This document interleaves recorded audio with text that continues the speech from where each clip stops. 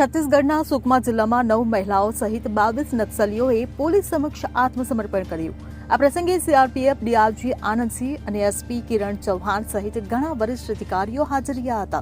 જુઓ શું છે સમગ્ર મામલો। છત્તીસગઢના નક્સલ પ્રભાવિત વિસ્તાર સુકમામાં નક્સલીઓ સામે સતત જોરદાર હુમલો કરવામાં આવી રહ્યો છે। સુરક્ષા દળો દ્વારા ઘણા નક્સલીઓ માર્યા ગયા છે અને ઘણા નક્સલીઓએ પોલીસ સમક્ષ આત્મસમર્પણ કર્યું છે। આજે સુકમામાં 22 નક્સલવાદીઓએ પોલીસ સમક્ષ આત્મસમર્પણ કર્યું। 22 નક્સલીઓમાં 9 મહિલાઓનો પણ સમાવેશ થાય છે, જેમણે આજે સુકમા પ્રશાસન સમક્ષ આત્મસમર્પણ કર્યું છે। આ દરમિયાન સીઆરપીએફ ડીઆરજી આનંદસિંહ અને એસપી કિરણ ચૌહાણ સહિત ઘણા વરિષ્ઠ અધિકારીઓ હાજર રહ્યા હતા।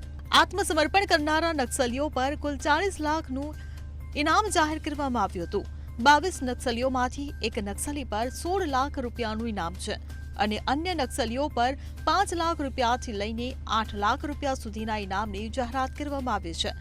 તમામ 22 નક્સલીઓ પર કુલ 40 લાખ રૂપિયાનું ઇનામ જાહેર કરવામાં આવ્યું છે। નક્સલી શરણાગતિ પુનર્વસન નીતિ હેઠળ શરણાગતિ સ્વીકારનારા 22 નક્સલીઓને સુકમા પોલીસે 50,000 રૂપિયાનું પ્રોત્સાહન અને કપડાં આપ્યા।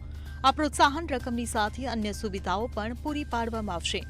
જણાવી દઈએ કે આત્મસમર્પણ કરનારા મોટાભાગના નક્સલીઓ સુકમા જિલ્લા અને બીજાપુર જિલ્લાના રહેવાસી છે, જે લાંબા સમયથી નક્સલ પ્રભાવિત વિસ્તાર સુકમામાં સક્રિય હતો। Bureau report CN24 news.